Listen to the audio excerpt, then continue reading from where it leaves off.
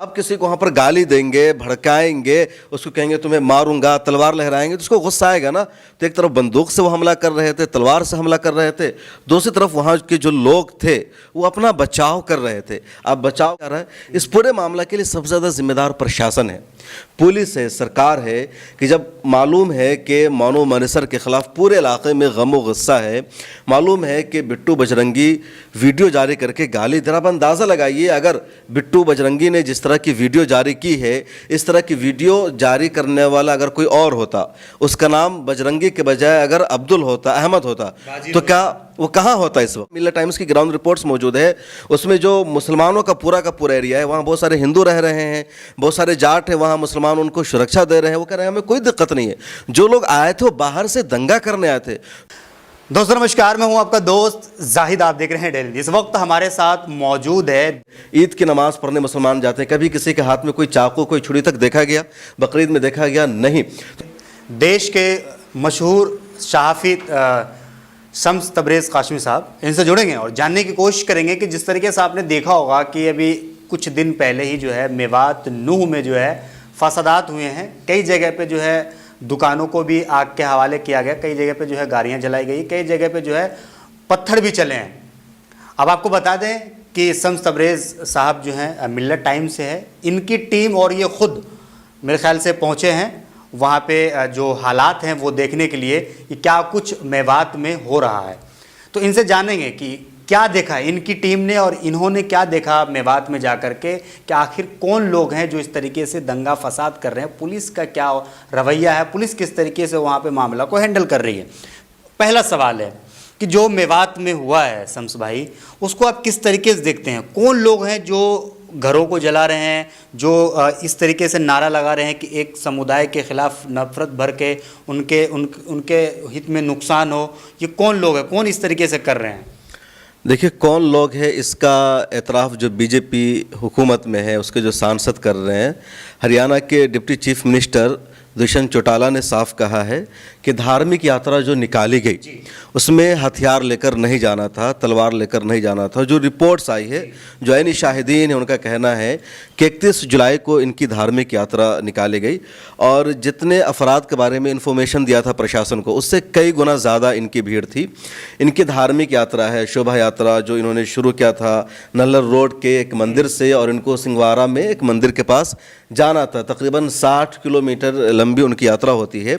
लेकिन उस धार्मिक यात्रा में ये तलवार लेकर गए, पिस्तौल लेकर के गए, रिवाल्वर लेकर गए, ऑटोमेटिक बंदूकें इनके पास थी, नई नई तलवार इनके पास थी, पत्थर भर करके गाड़ी में गए थे। और जो नूह का इलाका जहाँ पर ज़्यादातर मुसलमानों की आबादी है, वहाँ पर ये नारे लगाने लगे, गो मेवात गो, पाकिस्तान मुर्दाबाद और इस्लाम। मतलब खूब इन्होंने शोर शराबा किया, हंगामा किया, उकसाया। उससे पहले भी बिट्टू बजरंगी ने एक वीडियो जारी करके कहा कि तुम्हारा जी जा रहा है, तुम फूल माला लेकर के उसके इस्तकबाल की तैयारी करना। मोनू मनेसर जो पुलिस को मतलूब है, जिसके बारे में कहा जा रहा है वो फ़रार है, उसने जुनैद नासिर की हत्या कर रखी है, 10 लोगों की उसने मॉब लिंचिंग कर रखी है और गौ रक्षक वो ख़ुद को कहता है, लेकिन उस पर गौ तस्करी का इल्ज़ाम है। आज तक जैसे स्टिंग ऑपरेशन के चैनल, आज तक ने जो स्टिंग ऑपरेशन किया उसमें बाज़ाब्ता सबूत पकड़े गए। तो इतना बड़ा मुजरिम वो कहता है कि मैं उस धरना में आऊँगा, तो लोगों में पहले ही गुस्सा था। और जब वहाँ पर जाकर भड़काओ भाषण दिए गए, नारे लगाए गए, तो एक आपसी तसादुम हुआ। दोनों जगह से, इधर से भी पत्थर फेंके गए, उधर से भी हमला किया गया। अब वहाँ पर गाड़ियों को लोगों ने जला दिया, पुलिस काबू करने में नाकाम रही। लेकिन सवाल यह है कि पत्थर आए कहाँ से? क्या पहले से ही प्लानिंग थी इस तरीके के घटना को अंजाम देने? पत्थर वहाँ पर रोड का काम हो रहा है, तो रोड का काम हो रहा है, ईंटा पत्थर वहाँ पर मौजूद है। आप देखे होंगे जो पत्थर है उसमें पत्थर क्या है, वो ईंट की टुकड़ियाँ पड़ी हुई है, आधा ईंट मुकम्मल ईंट है या ईंट का छोटा छोटा टुकड़ा है। तो वो सड़क का काम चल रहा है। मैं लोगों ने देखा, वहाँ जाएंगे, अगर ग्राउंड पर मैं गया, देखा, मेरी पूरी टीम गई, तो सड़कों का काम चल रहा है, कंस्ट्रक्शन का है सड़क का, तो पत्थर वहाँ पर पहले से मौजूद है। अब किसी को वहाँ पर गाली देंगे, भड़काएंगे, उसको कहेंगे तुम्हें मारूंगा, तलवार लहराएंगे, तो उसको गुस्सा आएगा ना। तो एक तरफ बंदूक से वो हमला कर रहे थे, तलवार से हमला कर रहे थे, दूसरी तरफ वहाँ के जो लोग थे वो अपना बचाव कर रहे थे। अब बचाव के लिए उनके पास वहाँ पर पड़ा हुआ पत्थर मिला, गाड़ियों से गोलियां चल रही थी, चारों तरफ से कुछ वीडियोस भी आए थे जिसमें यह कहा गया था कि जो हिंदू हैं, जो श्रद्धालु हैं, उनको मंदिर में घेर लिया गया चारों तरफ से। तो ये क्या अफवाह हैं या इसमें हकीकत है? मंदिर में कोई किसी को नहीं घेरा गया। लोग जहाँ, चूंकि जब आप किसी पर हमला करेंगे, दूसरा अपना बचाव करेगा, तो आकर के मंदिर में छुप रहे थे, अपनी जान बचा रहे थे। वीडियोस वायरल हो रही है जिसमें देखा जा रहा है कि मंदिर से फायरिंग कर रहे हैं, छुप छुप कर अलग जगहों से ये गोलियां चला रहे हैं। सबसे बड़ा सवाल यह है पुलिस प्रशासन से कि जो धार्मिक यात्रा थी उसमें हथियार कहाँ से आया, उसमें बंदूक कहाँ से आई, इन लोगों ने क्यों गोलियां चलाई, और जिनके पास बंदूक है उसकी शिनाख्त होनी चाहिए। अगर ये दावा किया जा रहा है कि उन लोगों ने गोलियां चलाई तो उनके पास बंदूक कहाँ से आया? कई लोग तो ये कह रहे थे कि जो उनके यहाँ बंदूक थी, अपनी जान बचाने के लिए लोगों ने उसी बंदूक का इस्तेमाल किया है। तो बंदूक धार्मिक यात्रा में लेकर के जाना सबसे बड़ा यही सवाल है। और मुझे लगता है कि पुलिस प्रशासन से सवाल होना चाहिए कि धार्मिक यात्रा में बंदूक ले जाने की क्यों इजाज़त दी? तलवार तक तो बात समझ में आ जाती है, लेकिन बंदूक क्यों? ऑटोमेटिक रिवाल्वर क्यों? पिस्तौल को क्यों? तो ये बड़ा सवाल है। तो क्या लग रहा है कि जो मोनू मानेसर है वो, उन्होंने एक वीडियो जारी किया था। वीडियो जारी करने के बाद जो है वो ये कह रहा था कि हम जो है मतलब यात्रा में जो है हम शामिल हो रहे हैं। उसके बाद बिट्टू बजरंगी है, उन्होंने भी कहा था कि मतलब जीजा जी जैसे शब्दों का इस्तेमाल किया गया था कि स्वागत में आओ माला लेकर के, इस तरीके की बातें कही गई थी। लेकिन उनका कहना था, मैं एक इंटरव्यू देख रहा था, उन्होंने कहा था कि जो लोग हमें चैलेंज कर रहे थे उनके वीडियोस के कमेंट्स में कि आओ तुम्हारे साथ हम ये करेंगे वो करेंगे, हम उन लोगों के लिए हमने ये बातें कही थी, ना कि पूरे समाज के लिए। देखिए, मसला ये नहीं कि उसने किसके कमेंट्स का जवाब दिया, किसके कमेंट्स का जवाब नहीं दिया। ये तो जब उस पर अब गिरफ्तारी की तलवार लटक रही है तो बचने की कोशिश है कि मैंने उसके कमेंट्स का जवाब दिया। कोई उसको बोलेगा तुम कुएं में कूद जाओ तो कुएं में कूद जाएगा। उसको कहा जा रहा है कि तुम पुलिस के क्या खुद सुपुर्दगी करो, सरेंडर करो, वो नहीं जा रहा है। इस पूरे मामला के लिए सबसे ज़्यादा जिम्मेदार प्रशासन है, पुलिस है, सरकार है।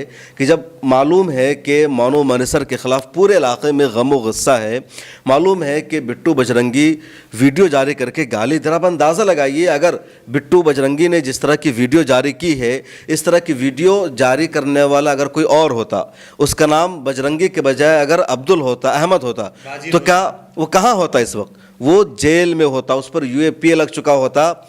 मोनू मानेसर ने जिस तरह वीडियो जारी की और उस पर पहले से इतना केस है, अगर इस तरह की वीडियो किसी और की आई हुई होती तो अभी तक उसके घर पर बुलडोज़र चल चुका होता, वो सबसे बड़ा आतंकी कहलाता।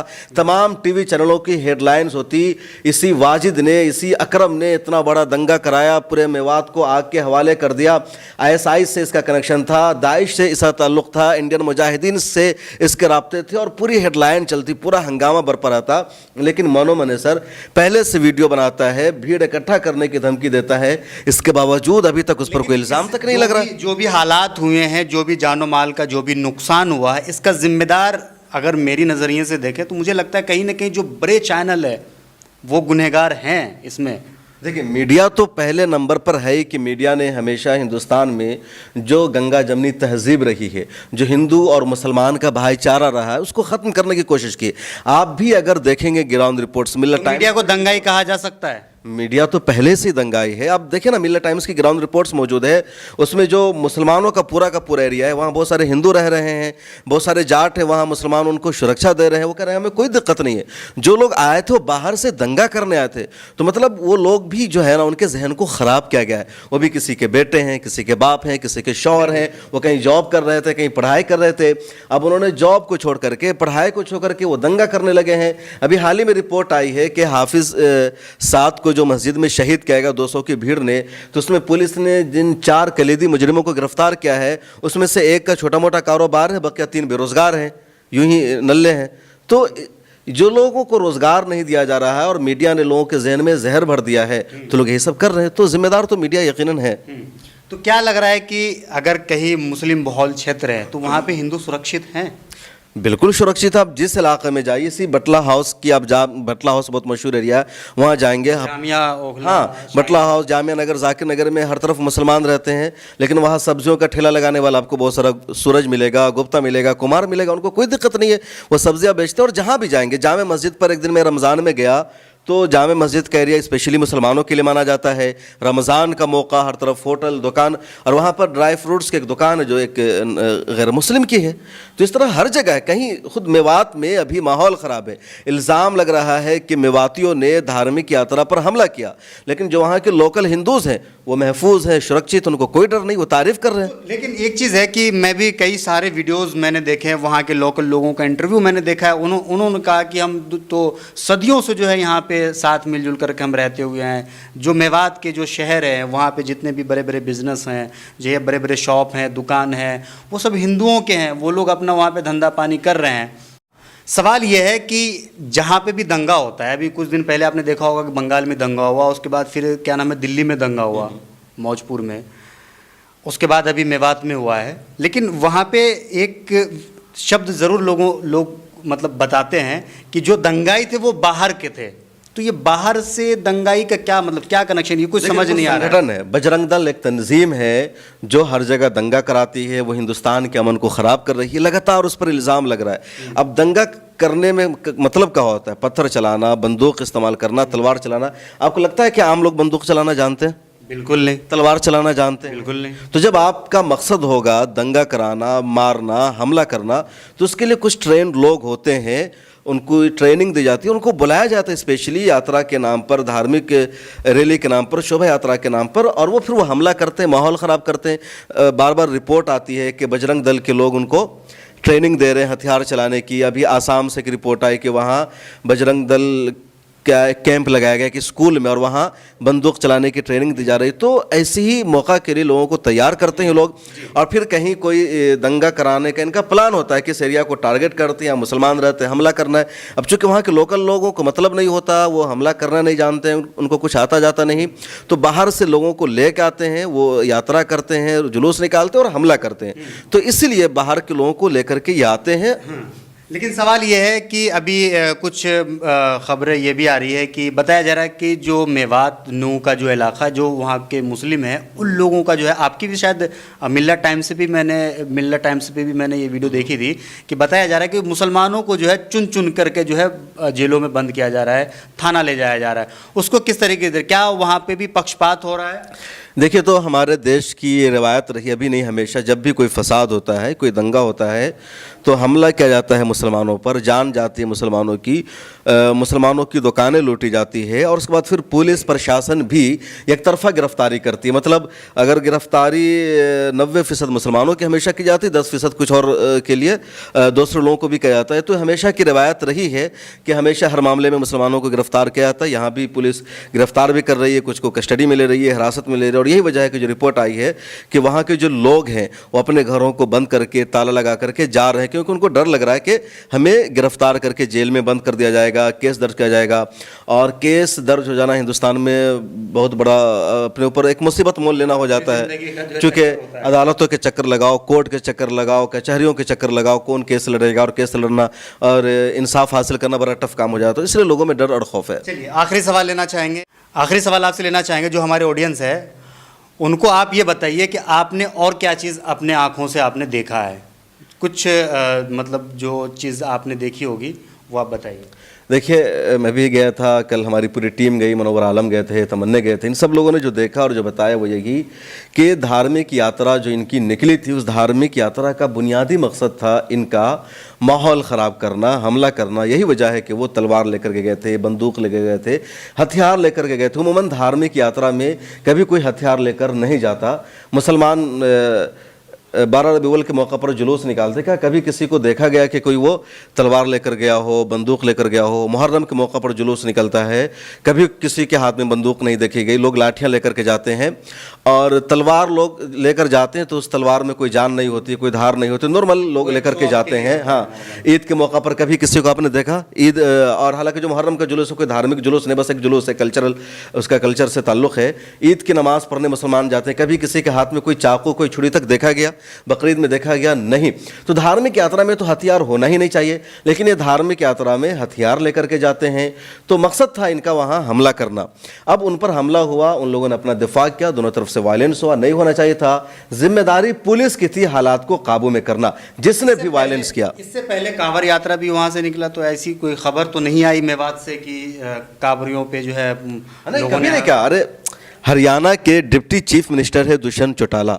उन्होंने खुद प्रेस कॉन्फ्रेंस में कहा, एनआई से बात करते हुए कहा, मेवात की तारीख रही है हिंदू मुस्लिम भाईचारा की, मेवात की तारीख रही है गंगा जमनी तहजीब को फ़रोग़ देने की, मेवात की ये तारीख रही है। ये दुष्यंत चौटाला कह रहे हैं कि आज़ादी से पहले इन्होंने मुग़लों के ख़िलाफ़ जंग की और जो हिंदुस्तान के राजा थे उसका इन्होंने साथ दिया। आज़ादी के बाद जब वायलेंस हुआ तो मेवात के लोगों ने उस वायलेंस के ख़िलाफ़ जंग की, मेवात के लोगों ने महात्मा गांधी का साथ दिया। ये पाकिस्तान नहीं गए और कभी वहाँ हिंदू मुसलमान नहीं हुआ, ये दुष्यंत चौटाला कह रहे हैं। तो मतलब मेवात के लोगों ने हमेशा हिंदू मुस्लिम भाईचारे का पैगाम दिया है, आज भी वहाँ हो रहा है, वहाँ हिंदू रह रहे हैं।